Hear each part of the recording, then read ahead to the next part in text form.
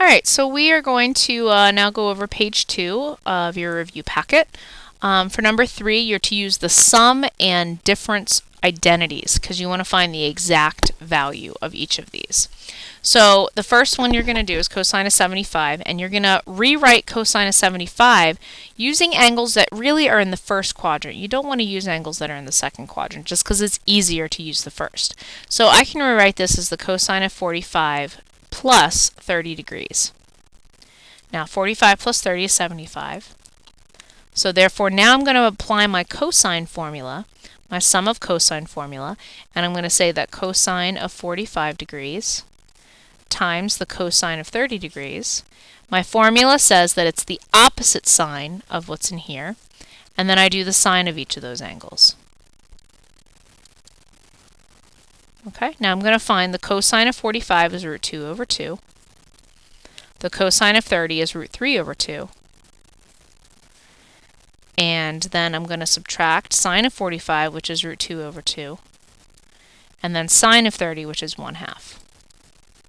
So when I simplify this, I get root 6 over 4 minus root 2 over 4. And now I'm going to simplify a little bit more and say root 6 minus root 2 over 4. And that's my answer. Because again, it says exact value, so I don't want to get a decimal here.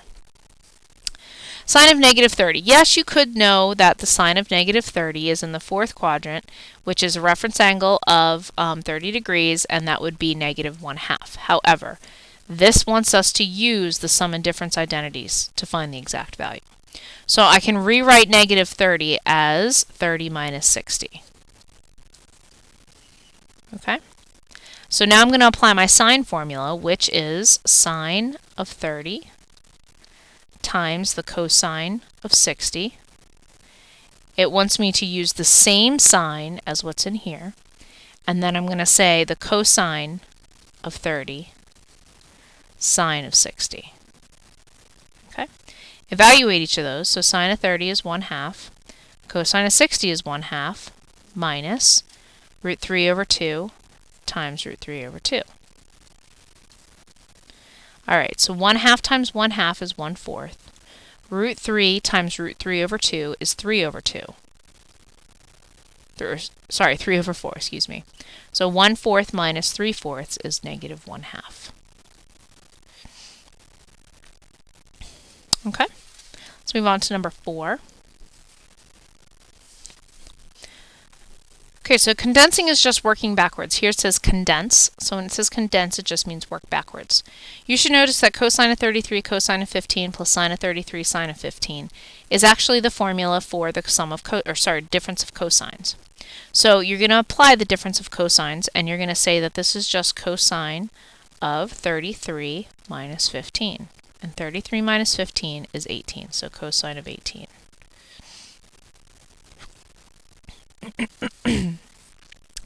The pattern here you should notice is the sum of sines. So this is sine of 33 plus 15. So therefore you just get sine of 48.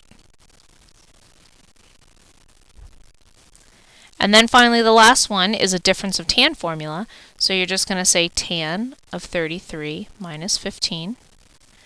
And then again this is tan of 18 degrees. And there's no more else you had to do with that. Alright, moving on. Simplifying. Now we're going to be simplifying some things with, you can either use sum or difference formulas, or you could use the fact that you know that this is a coterminal relationship, or not coterminal, but a co-function relationship. We talked about co-function identities. Or you could use the difference of cosines formula. So for this one, it's actually going to be cosine of pi over 2 times the cosine of theta plus the sine of pi over 2 cosine of theta. So cosine of pi over 2 then is 0 times the cosine of theta plus 1 times the cosine of theta. Oh, excuse me, that should be sine. My mistake. So this should be a sine here.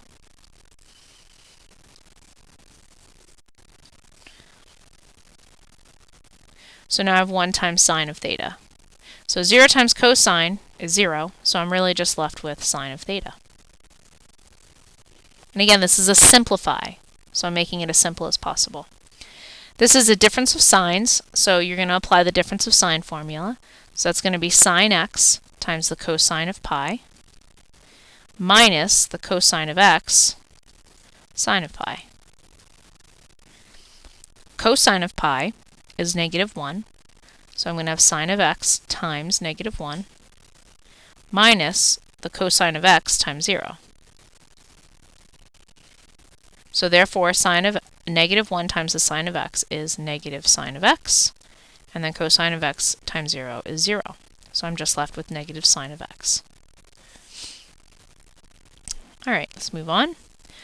Number 6. Okay, this is going to be the last one that we're going to do on page 2. I'm actually going to wait and do page 7 on the next page. But number 6, we are looking to find the exact value of double angles. So I am going to be using my double angle formulas, but I have some other information up here that I'm given that I need to consider. First of all, the cosecant of theta is 4. So since the cosecant of theta is 4, I know then that the sine is the reciprocal of that. So I know that sine of theta is equal to 1/4. Now, I need to also consider that I'm between pi over 2 and pi. I know that that's my second quadrant. So I'm going to go ahead and I'm going to draw a reference triangle in the second quadrant. Okay, here's theta. Sine is opposite over hypotenuse.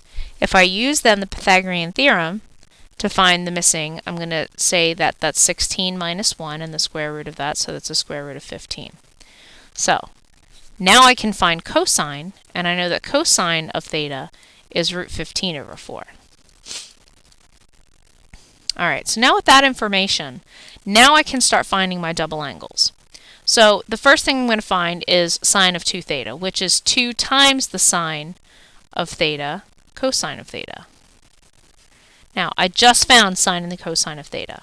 So I'm literally just going to replace and substitute those values. So 2 times 1/4 times cosine, which is root 15 over 4. And now I'm going to multiply. So 2 times 1 times root 15 is 2 root 15. 4 times 4 is 16. 2 16ths can reduce. So I'm just left with root 15 over 8. Now, another thing that you need to consider in this case is that I am in the second quadrant. You have to consider then that in the second quadrant, cosine is actually negative. Okay? So now that makes this negative 15, and that makes this negative 2, which makes your final answer negative root 15 over 8.